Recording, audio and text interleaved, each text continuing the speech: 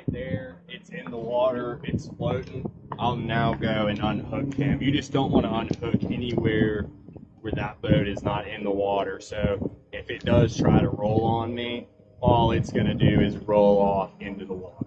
So other than the back straps, you have not done anything here yet? No, sir, yes. Okay. Back straps are off, so now we'll go ahead and do these. And I may need to give him another push. Okay. I'm learning technique right here. I was assuming you'd have to walk into the water, but I like what you're doing. We could later. You might have to, yeah. Murphy's Law, I never have to go in the summer, but Of course. in the winter, when the water goes down, it gets more sporty.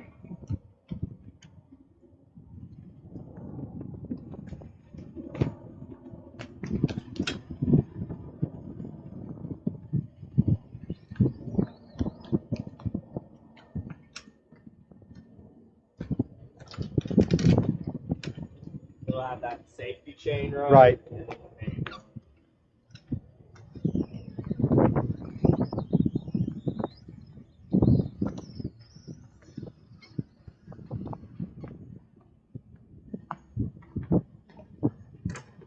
Those top rollers are fixed.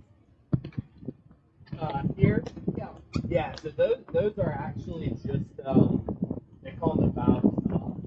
So those will not roll. So I guess, yeah, they are fixed. They're rubberized. Yeah, they're just rubber, so that just catches the bow where you go on the trailer.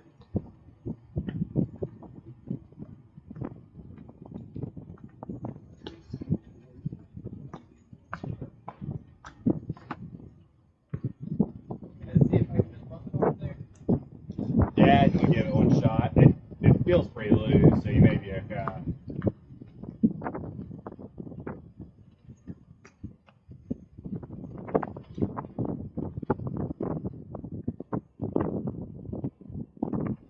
Yeah, that's how it rides.